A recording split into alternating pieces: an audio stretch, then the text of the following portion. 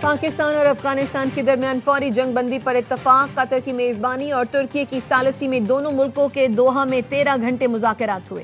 قطر کی وزارت خارجہ کے اعلامیے کے مطابق فریقین نے نہ صرف فوری جنگ بندی پر رضامندی ظاہر کی بلکہ دو طرفہ امن و استحکام کے لیے مستقل طریقہ کار وضع کرنے پر بھی اتفاق کیا۔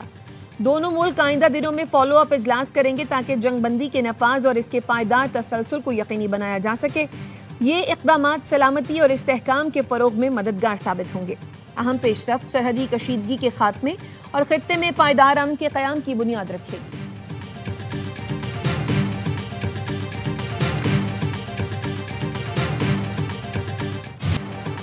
پاکستان اور افغانستان کے درمیان سیز فائر ہو گیا، دونوں ملک ایک دوسرے کی سرزمین کا احترام کریں گے۔ وزیر دفاع خواجہ آصف کا ایکس پر بیان، لکھا افغانستان سے دہشت گردی کا سلسلہ پاکستان میں فوری بند ہوگا۔ 25 اکتوبر کو استنبول میں دوبارہ وفود کی ملاقات ہوگی۔ نائب وزیر اعظم اسحاق ڈار کہتے ہیں افغانستان سے معاہدے کا خیر مقدم کرتے ہیں، معاہدہ صحیح سمت میں پہلا قدم ہے۔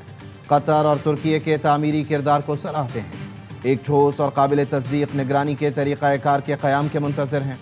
مزید جانوں کے ضیاع کو روکنے کے لیے تمام کوششیں بروئے کار لانا ضروری ہے۔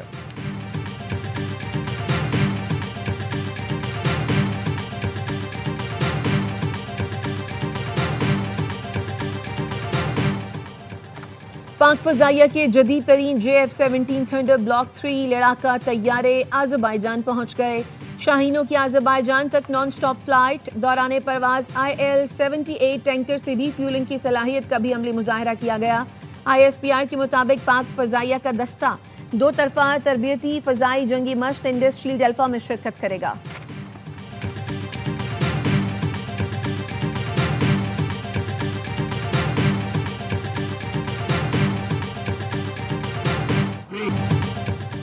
پاکستان کا پہلا ہائپر اسپیکٹرل سیٹلائٹ مدار میں پہنچ گیا۔ سیٹلائٹ کو چین سے خلا میں بھیجا گیا۔ HS-1 سیٹلائٹ مدار میں پہنچ گیا۔ ترجمان دفتر خارجہ کا کہنا ہے سیٹلائٹ جدید ہائپر اسپیکٹرل امیجنگ ٹیکنالوجی سے لیس ہے، سیلاب، لینڈ سلائڈنگ اور دیگر قدرتی آفات کی پیشگوئی میں مدد دے گا۔ زمین کے استعمال، فصلوں، پانی اور شہری ترقی کا درست تجزیہ ممکن ہوگا۔ نائب وزیر اعظم اسحاق ڈار نے پاکستانی اور چینی سائنسدانوں کی کاوشوں کو سراہا۔ اسپارکو نے خلائی ٹیکنالوجی کے ذریعے قومی ترقی کے عزم کو دہرایا۔ سال 2025 میں خلا میں بھیجا جانے والا یہ پاکستان کا تیسرا سیٹلائٹ ہے۔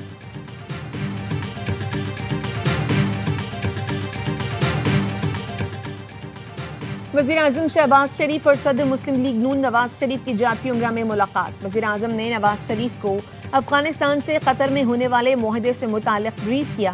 ملاقات میں موجودہ ملکی اور سیاسی صورتحال پر تبادلہ خیال کیا گیا۔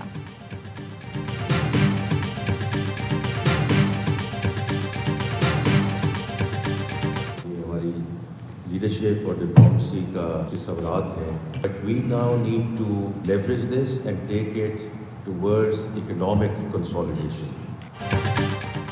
معاشی استحکام ہی قومی سلامتی کی ضمانت ہے۔ بدامنی یا سرحدوں پر کشیدگی سے معیشت پر براہ راست منفی اثر پڑتا ہے۔ وزیر خزانہ محمد اورنگزیب کی واشنگٹن کے پاکستانی سفارت خانے میں پریس کانفرنس، کہا امریکہ اور پاکستان کے تعلقات انتہائی اہمیت کے حامل ہیں۔ اب وقت آ گیا ہے چین، سعودی عرب اور دیگر دوست ممالک کے ساتھ تعلقات کو اقتصادی اور تجارتی فائدے میں بدلا جائے۔ پاکستان کو اب امداد نہیں، سرمایہ کاری اور صنعتی شراکت داری کی ضرورت ہے تاکہ پائیدار ترقی ممکن ہو سکے۔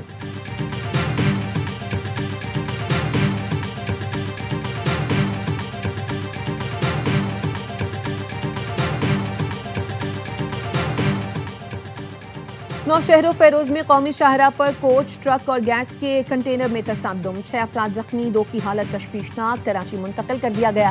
حادثے کے بعد قومی شاہراہ پر ٹریفک جام، گاڑیوں کی قطاریں لگ گئیں۔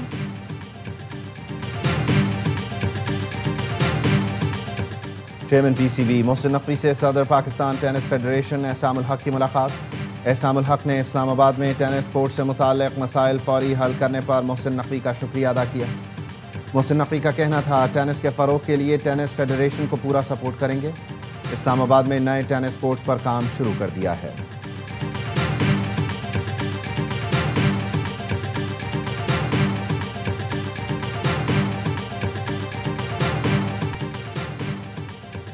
حماس نے غزہ سے مزید 2 یرغمالیوں کی لاشیں اسرائیل کے حوالے کر دیں۔ اسرائیل کا غزہ اور مصر کے درمیان واقع رفح بارڈر تا حکم ثانی بند رکھنے کا اعلان۔ نیتن یاہو آفس کی جانب سے کہا گیا ہے کہ اسرائیلی مغویوں کی لاشوں کی واپسی اور طے شدہ فریم ورک کو نافذ کرنے میں حماس کے کردار کو دیکھتے ہوئے رفح بارڈر کھولنے پر غور کیا جائے گا۔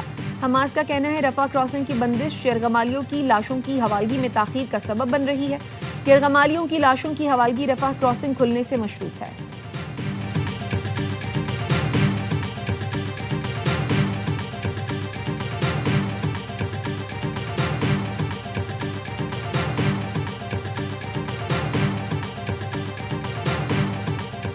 اسرائیلی فوجی فلسطینی بچوں سے بھی خوفزدہ۔ الخلیل میں گلی میں کھیلتے ننھے منھے بچوں کو ہراساں کرتے رہے۔ مغربی کنارے میں قبضے کے لیے فلسطینی بچوں اور نوجوانوں سے بدسلوکی اسرائیلی فوج کا معمول بن چکی ہے۔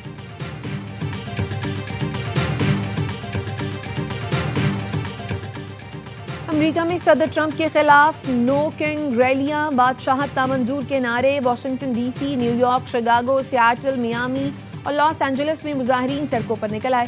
مظاہرین کی صدر ٹرمپ پر کڑی تنقید، صدر ٹرمپ کی پالیسیوں کو بادشاہت کی جانب قدم قرار دیا۔ مظاہرین کا کہنا تھا صدر ٹرمپ بدامنی کے نام پر فوج بھیج کر شہروں پر قبضہ کرنا چاہتے ہیں۔ ٹرمپ انتظامیہ نے نو کنگ ریلیوں کو امریکہ مخالف احتجاج قرار دے دیا۔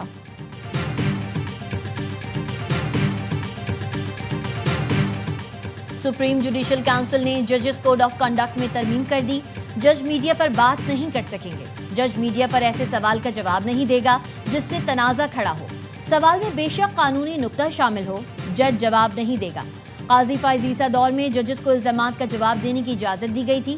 رول نمبر 5 میں دوبارہ ترمیم سے ججز کو پابند کر دیا گیا۔ جج کسی ایسے مقدمے کی سماعت نہ کرے جس میں ذاتی مفاد یا تعلق ہو۔ جج غیر ملکی اداروں سے متعلق ذاتی دعوت قبول نہیں کرے گا۔ کسی وکیل یا فرد کی طرف سے ذاتی اشاعیہ یا تقریب میں شرکت پر بھی پابندی لگا دی گئی۔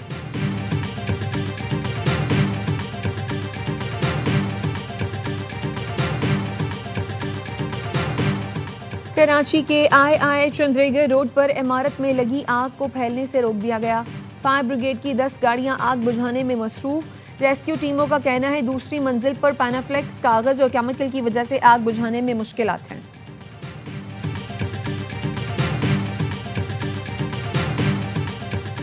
کراچی میں ملیر سٹی تھدونالو پل کے قریب ایس آئی یو سے مقابلے کے بعد 2 دہشت گرد زخمی حالت میں گرفتار۔ S S P S I you کے مطابق ملزمان سے 2 پستول اور موٹر سائیکل برآمد۔ گرفتار دہشت گردوں کا تعلق کلدم ٹی ٹی پی سے ہے۔ شناخت خالد اور عادل کے نام سے ہوئی۔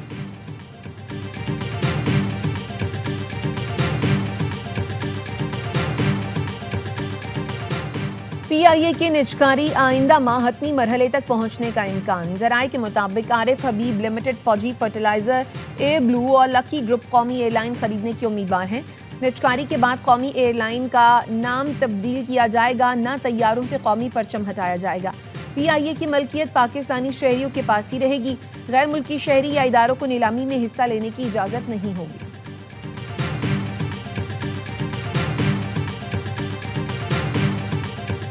وفاقی وزیر برائے بحری امور اور مصری سفیر کی ملاقات۔ پاکستان اور مصر کا بحری صنعتی شعبوں میں تعاون بڑھانے پر اتفاق۔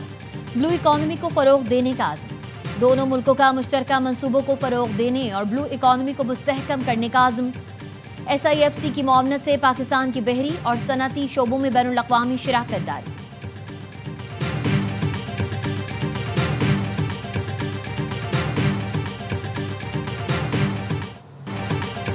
دہشت گردی کے خاتمے کے لیے وطن پر جان نچھاور کرنے والے شہداء کو خراج عقیدت۔ ایس پی آر نے قوم کے شہیدوں تمہیں سلام نغمہ ریلیز کر دیا۔ خون کے آخری قطرے تک وطن کے لیے قربانیاں دینے کے عزم کا اعادہ۔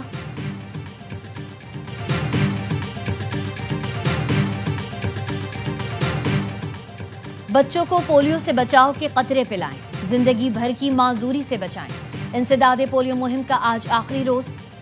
این ای او سی کا کہنا ہے اب تک 4,33,00,000 سے زائد بچوں کی ویکسینیشن کی جا چکی ہے۔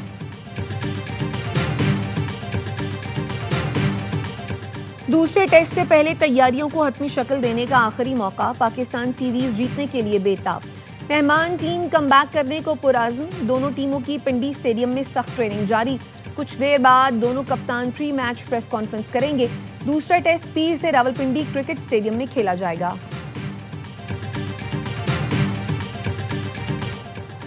اور پچ دیکھ کر دوسرے ٹیسٹ کی فائنل 11 کا فیصلہ کریں گے. ٹیم میں زیادہ تبدیلیاں نہیں ہوں گی. پاکستان کرکٹ ٹیم کے ہیڈ کوچ اظہر محمود کی پریس کانفرنس. کہا پہلے ٹیسٹ میں 2 فاسٹ بالرز کھلانے پر تنقید ہوئی لیکن ہمارا فیصلہ درست ثابت ہوا. جنوبی افریقی کپتان ایڈن مرکرم نے کہا کہ شو مہاراج مکمل فٹ دوسرے ٹیسٹ کا حصہ ہوں گے. پاکستان اور جنوبی افریقہ کی کرکٹ ٹیموں کا راولپنڈی اسٹیڈیم میں پریکٹس سیشن. دوسرا ٹیسٹ کل سے راولپنڈی میں کھیلا جائے گا.